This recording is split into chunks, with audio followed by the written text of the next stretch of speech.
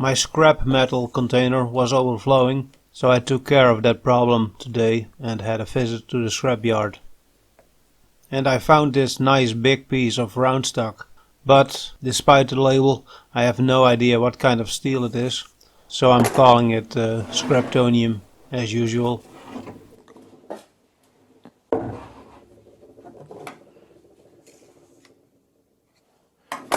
And it looks big enough to finally make that backing plate for that dilapidated Cushman shock I showed in a video last year.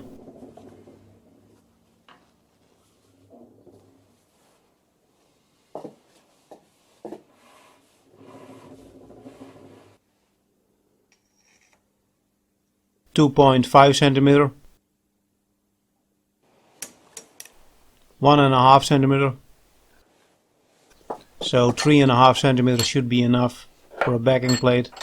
I'm not planning to make the tapered register on the backing plate 1.5 centimeter deep. The register on the chuck has some damage, so a few millimeter should be enough to keep the chuck in place. I guess the bolts will have to do most of the work. It's a heavy lump, 20 kilos according to the scales at the scrapyard. I paid €10 for it and actually made a small profit today from the scrap metal I was bringing in.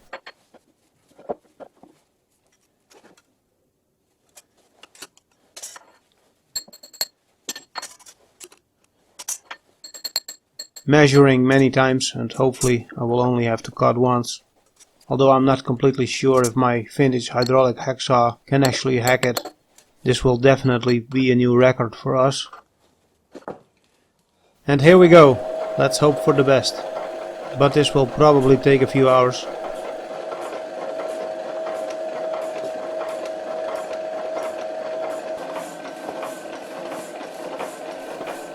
Adding some water to compensate for evaporation. There is no lid on the coolant reservoir, so this is almost standard practice.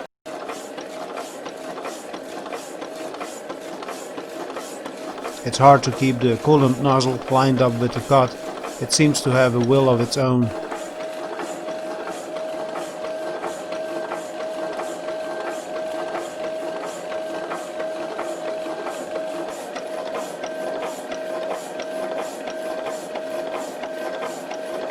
To keep the swerve from ending up in the coolant reservoir, I use this old speaker magnet. It doesn't work very good with aluminium or brass, but you'll be surprised how much metal seems to float on oily whitewater. I got a second magnet somewhere inside the reservoir, and I haven't seen that one in years, but I imagine it looks a bit like Sonic the Hedgehog by now.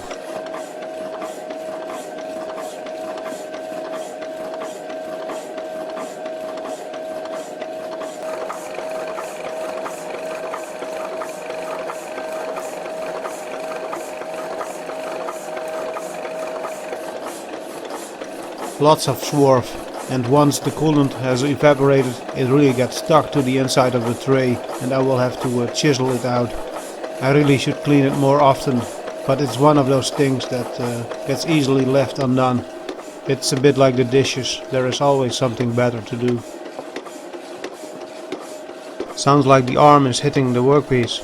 Strange, I thought there would be enough room. But I guess not. So I better do something about it, so I can continue drinking my tea.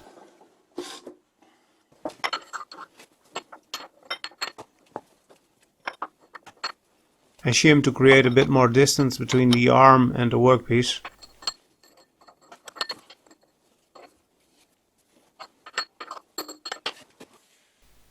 Now let's continue.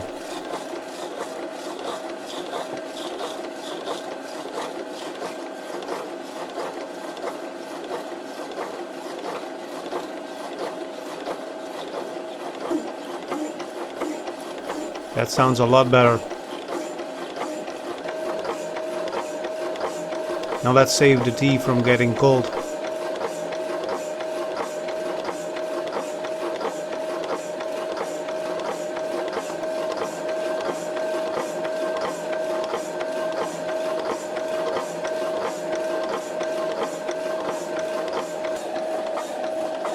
It's close on the other side too.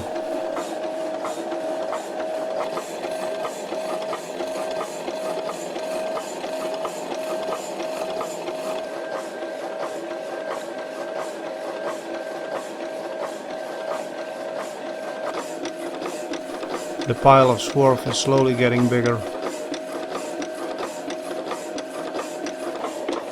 And as expected, now the arm is hitting the other side. You can see the bright spot on the workpiece.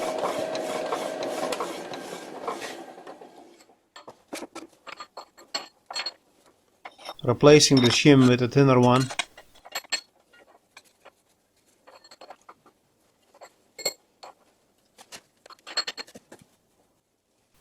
And we're back in business.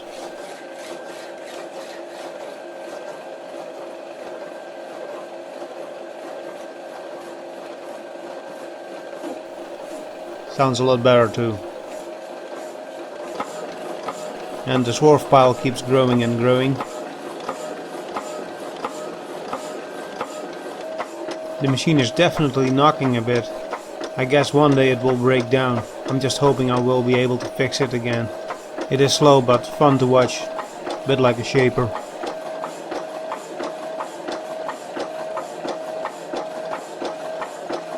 Talking about shapers, I wish I hadn't dropped mine on the side.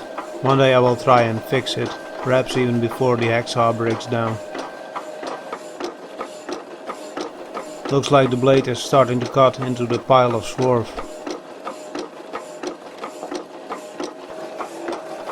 As you can see, the workpiece worked itself a bit loose, so I had to retighten the vise a bit.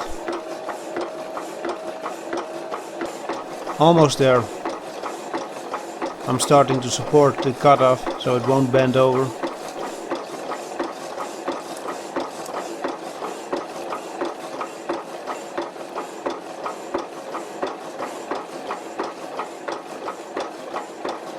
And there it is. That cut took at least 2 hours to complete.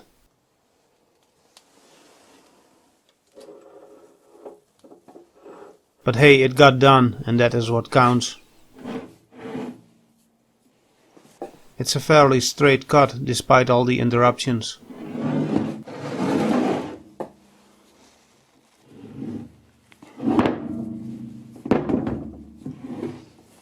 I guess now it's time to make some chips and turn this piece into a backing plate. But that is something that has to wait till the next video.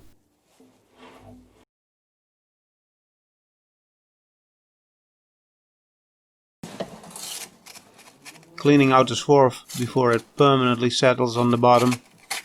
I guess it's not too late for me to start learning good practices. But please don't tell anyone. I might end up having to do the dishes as well.